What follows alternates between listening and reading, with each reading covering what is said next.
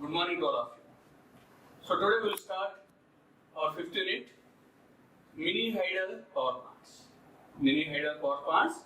So this was a simple zip file of mini hydel power plant. Okay. Here from the reservoir water will come and strikes the turbine, and turbine will produce mechanical energy, and thereby generator will produce electrical energy. The electrical energy generated will be given to the grid or transmission with the help of transformer. The help of transformer that you can observe here.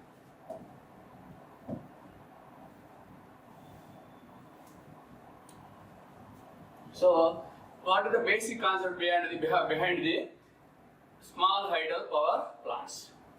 The force of falling water has been mankind's important source of power and energy through the ages. Okay, long back the force of water is used as a important source of power and energy. Important source of power and energy. Hydel energy is mainly used for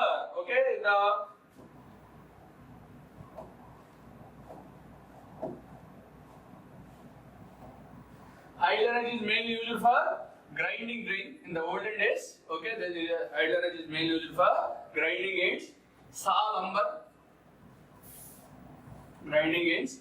lumber, and provide power to the other tasks. Hydropower is the most established renewable resource for electricity generation. This is the most established renewable resource for electricity generation. Large scale hydropower is well established and has proven technology. Hydropower is well established and has proven technology.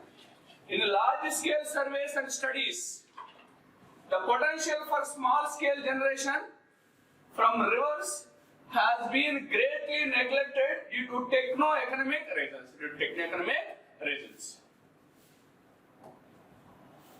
Recently, due to advancements in the design of low head turbines, improvements in the construction technology, and availability of better control techniques, small hydro resources also viable. Okay, so due to advancement in different technologies, different low head turbines are designed. Okay, and there is a improvement in the construction technologies, and there is availability of better control techniques made. Okay, small hydro power plants viable. Okay, different renewable hydro resources are classified as follows. Okay, so you will have basically three different types of renewable hydro resources. First one will be micro hydro plants. Micro hydro plants are one which will operate with a rating of 100 kilowatt. Below 100 kilowatt. Okay, so if you operate a hydel power plant, that will be called as a micro hydro power plant. Next one will be small hydro power plants. Okay, so if they are operated up to 1 megawatt, that particular hydro power plants we can call as a mini hydro power plants. And small hydro power plants again, which will operate up to 25 megawatts. Okay, so likewise, based on the rating, we can classify renewable hydro plants as a micro, mini and small hydel power plants. Micro, mini and small hydro power plant. Micro power plants maximum can generate 100 kilowatt, and so mini hydro power plant maximum can generate up to 5 megawatt, and finally we have a small hydro power plant can able to generate up to 25 megawatt. And renewable hydro plants can also be classified. As water storage. Another classification will be water storage hydropower plants, and second one will be water runoff hydro plants. Again you can classify renewable hydropower plants as two types. Water storage hydro plants. Second one will be water runoff hydro plants. So in the water storage plants, a dam is there to store the water.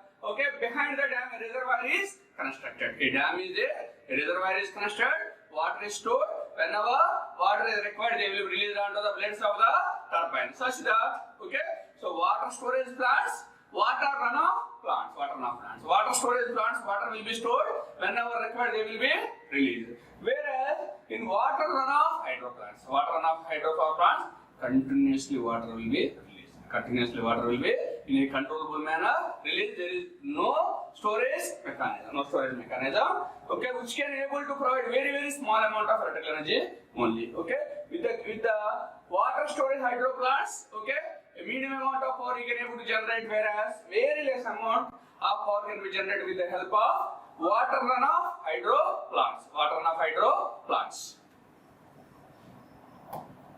Advantages and disadvantages of small hydro schemes. Advantages and disadvantages of small hydro schemes. Advantages.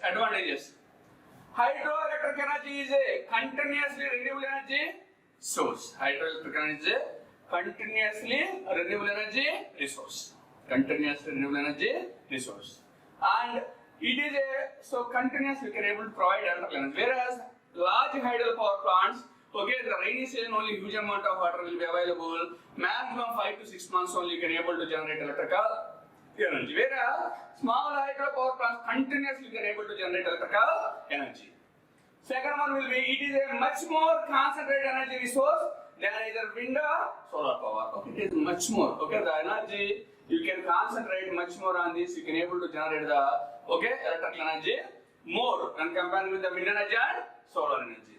Hydroelectric energy is a non-polluting, no heat or noxious gases are released. No pollution. Okay, clean energy. Hydroelectric energy, clean energy, no pollution, no noxious. Okay, gas will be released into the atmosphere. Next, hydroelectric energy has low operating and maintenance cost. Hydroelectric energy has low, operating and maintenance cost. Low operating and maintenance cost. Okay, so likewise, low operating and maintenance cost. Next, hydroelectric technology is a proven technology that offers reliable and flexible operation. Okay, the small hydro power plant provides reliable and flexible operation. Okay, small hydro plants can be tailored to the needs of the end use market within the limits of water resources availability. Okay, so these can be constructed with a little knowledge. You need not have a much knowledge to construct masonry work and all those things. Okay, they are very easily they can be constructed. As this is a small plant, much tailored construction is not required. So less knowledge is sufficient here. Okay, so next, it serves to enhance economic development and living standards, especially in the remote areas. Okay, so you may not able to provide electricity in the remote areas from the grid. In that cases, by constructing small hydro power plant in that particular area, you can able to provide the sufficient electrical energy such that their living standards can be enhanced. That you can observe. Okay, and it serves to enhance economic development and living standards, especially in the remote areas with limited or no electricity at all. Next, okay, for small hydro plants in civil engineering work does not need elaborate construction plans. Okay, so much of designing plans, okay, and all those things are not. Simple design is required. Okay, as the rating is small. Also, no expensive powerhouses are highly optimized electromechanical equipments are required. Okay, electrical equipment also high rating equipments and so much production equipment is need not required here. Okay, so finally it has a short gestation period.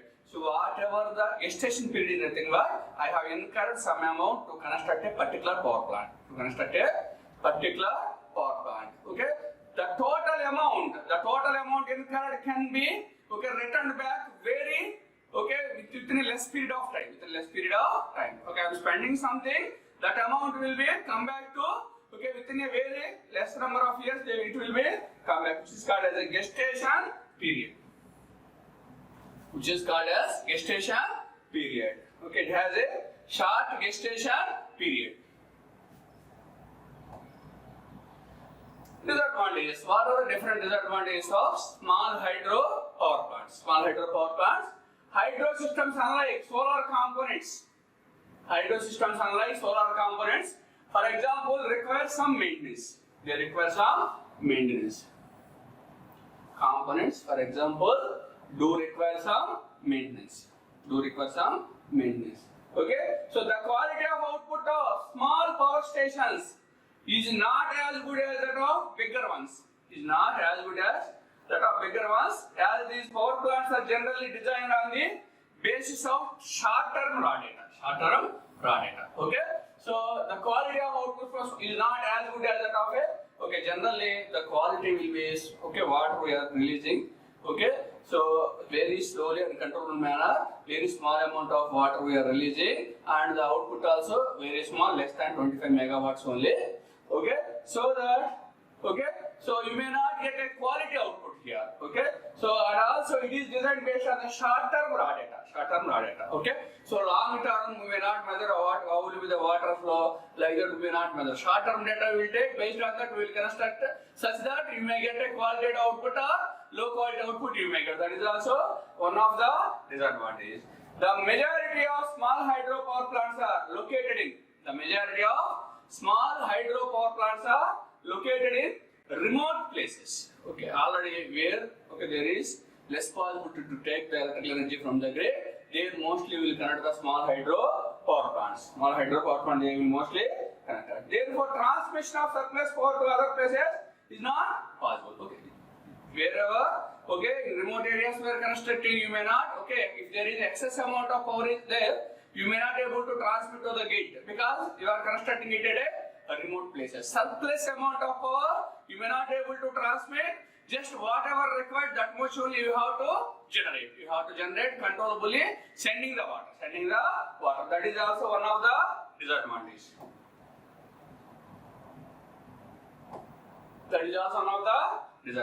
Next one will be, in the absence of adequate hydrological and geological data, there are always uncertainties about their potentials as a resource. Generally, what we are saying that just short-term data, how the flow is there. Okay, based on that, we are going to construct such that we may not have long-term hydrological and geological data. Okay, without that, if you construct, so there will be always uncertainty about their potential of resource. Okay, there is no consistency are fixed term. Fixed term. So hydrological and geological data inadequacy leads to the uncertainties about the potentiality of that source. Also, once it is constructed, there is no surety of selling the electricity at a rate that is comparable to the outcome of investment due to these reasons. I have generated at nearby some grid. There is a surplus generation. If I sell it to the grid, you may not expect the outcome on par with the investment. You may not expect the outcome on par with the investment. That is also one of the disadvantages. So private developers have a stake in small hydro projects. These are the reasons why. You are investing something, the output may not on par with the investment. So many private developers avoid to take part of small hydro power plants. The rotation of turbines can kill fishes, especially young fishes swimming downstream.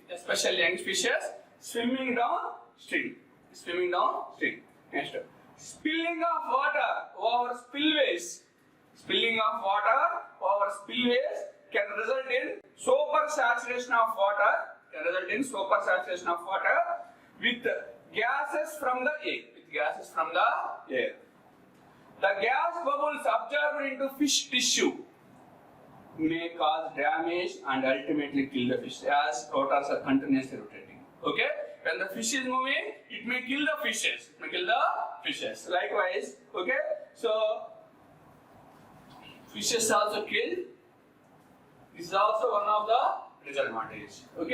Most hydroelectric facilities require construction of dams. It is a hydroelectric plant. You need to have some dam and storage mechanism, reservoir mechanism you should have. So present a migratory barrier that can affect the free movement of. So if you construct a dam at some point on the river, okay, it will be obstacle for the fishes and all the living beings in the river. Okay, that is also one of the disadvantages. Like this, okay. So we will have different disadvantages of a small hydro power plant. Small hydro power plant. And now, so what is the schematic diagram or layout? And what are the different components of a? Okay. So different components of small hydro power plant. You can observe from the figure. This is the river. You can observe. This will be the river. This will be the river on which I would like to construct small hydro power plant. I would like to construct small hydro power plant. This will be the river.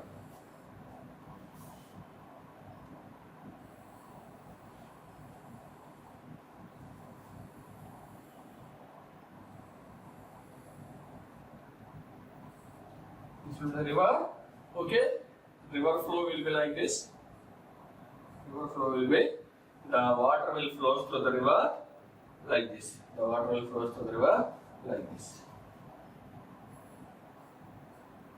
The water will flow through the river like this. Okay, what are the different components? Different components will be intake and weir mechanism. Intake and weir mechanism. Okay. Flood spillway. Two spillways will be used. Flood spillway, and this is the other spillway. Spillway is used to store the water temporarily. Whenever there is an adverse situation comes, temporarily to store the water, we use the spillways.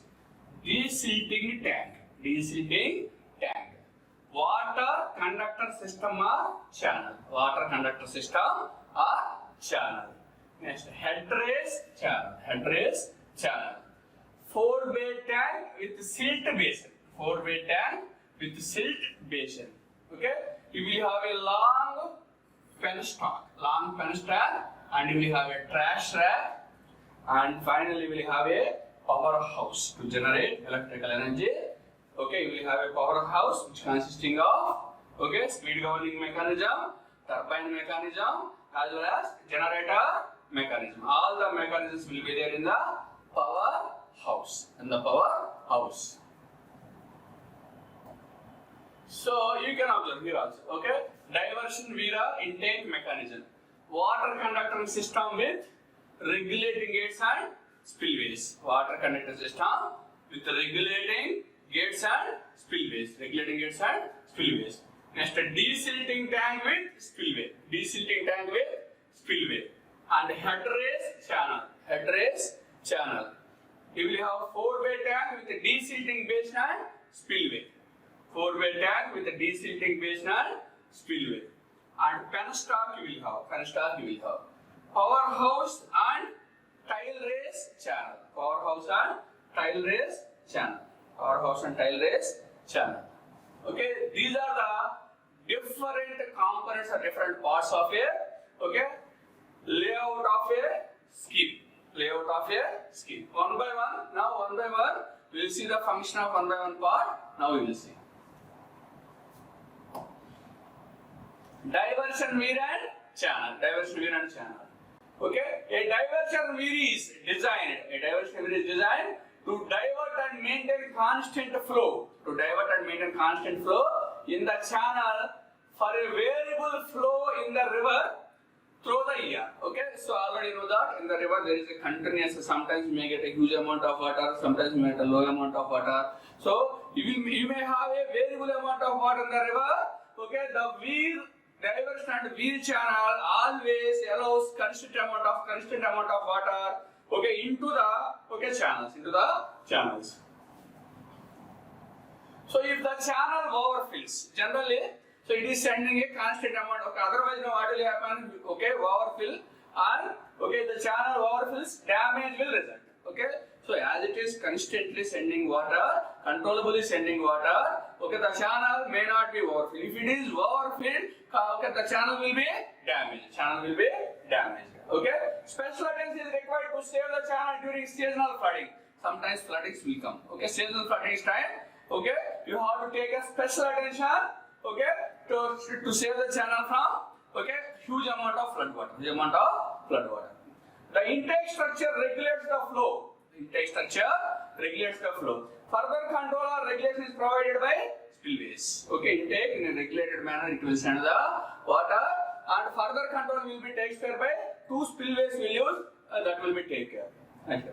The water conductor system is a channel between. Next one will be water conductor system. It is a channel between weir and desilting tank, and between the desilting tank to the forebay. Desilting tank to the forebay. It should be designed to ensure least loss of head due to seepage. Okay, due to seepage there should be a least loss of head, and the flow of velocity should be adequate to prevent settling of silt.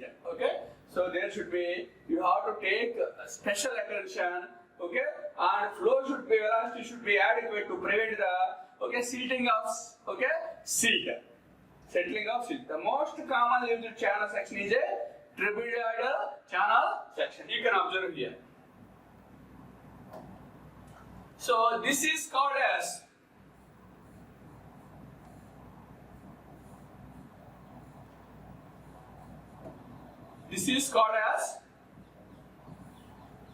wear and intake mechanism. Okay. So already you know that through the river, so the water continuously changes. Sometimes based on situation, based rainy season is there, more water will be there. Normal season, less water will be released, like that. So the irregular way, the water will flow in an irregular way. But the intake and weir mechanism allows water into the channels in a regulated mode. That is the function of wear and intake mechanism. Okay.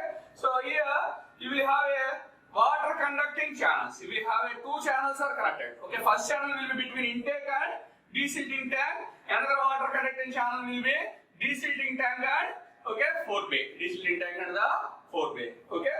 So in two spillways are there. In the case of floods, huge amount of water will be entered. To temporarily store that huge amount of water, we will make use of this water conductor systems are channels. Water conductor systems are channels will make use. Next one will be forebay, penstock and tail race. Forebay, penstock and tail race. Okay. A forebay is a temporary storage of water. Pondage. To be finally utilized for power generation. Temporarily it will store water before releasing into the blades of the turbine. The storage time ranges from 2 minutes to 6 hours. The storage time ranges from 2 minutes to 6 hours, depending on the 6 hours, depending on the economic justifiability. 2 minutes to 6 hours, depending on the economic justifiability. Okay. Trash racks are also provided. To prevent entry of trash, debris and ice. Okay. Directly, if the trash or debris and ice is entering at the inlet of the turbine, okay, the turbine blades will be damaged. Okay. So that a trash rack will be used to prevent the entry of trash or debris or ice. Okay. The flow velocity through a trash rack is kept at 0.6 to 0.9 meter per second. So that there is no significant head loss.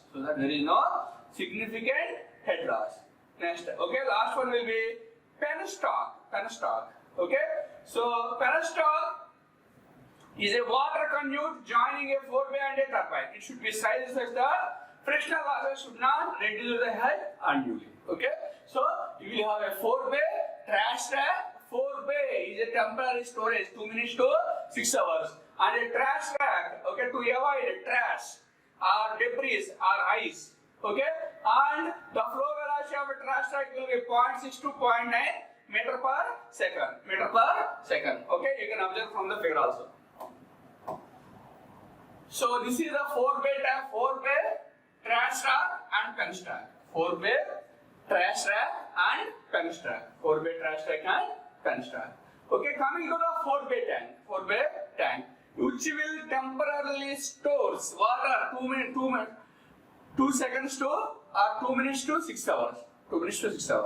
Okay, Those are stored, okay, to release the water in a controllable manner at the inlet of the turbine. At the inlet of the turbine. And if we have a trash rack, okay, the function of trash rack is to avoid trash, okay, ice or debris, okay, so which is flowing into the blades of the turbine, such that, okay, if they are allowed, the corrosion may take place at the blades of the turbine and completely blades of the turbine will be damaged. Okay, that is the function of trash rack. Finally, we will have a penstock. Okay, penstock.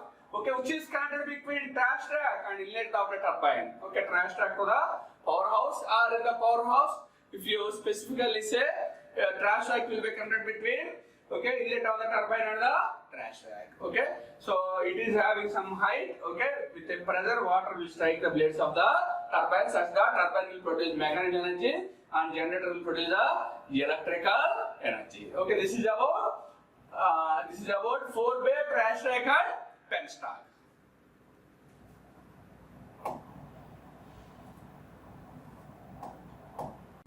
Next, powerhouse. Okay, so the last one will be the powerhouse. Okay, powerhouse mainly consisting of three main components. The first component is we have speed governor. Okay, we will have three components: speed governor, and the second one will be turbine, and the third one will be generator. Speed governor, turbine, and generator.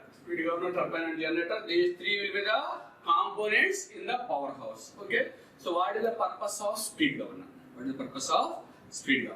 Okay. So the purpose of speed governor is, okay, continuously monitor the speed of the generator. Already you know that load on the power system is continuously varying with respect to time. Moving with respect to time.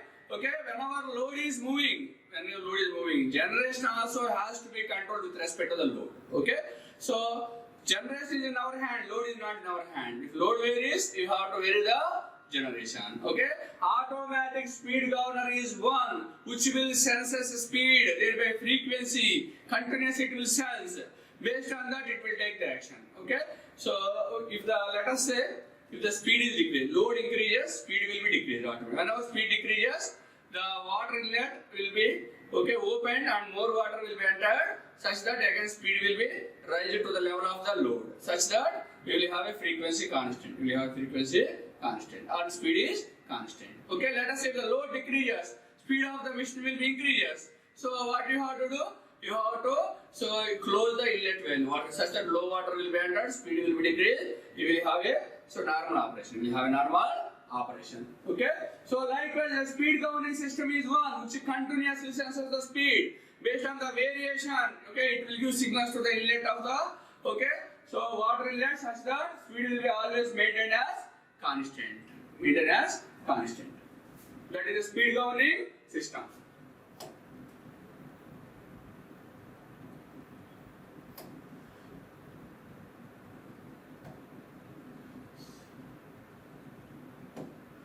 So and finally, we will have a turbine. And generator. But turbine is one which will produce as mechanical energy. Kinetic energy of water will be converted to the mechanical energy using the turbine. Whereas a generator is one which will by taking the mechanical from the turbine, it will produce the electrical energy. Thank you very much.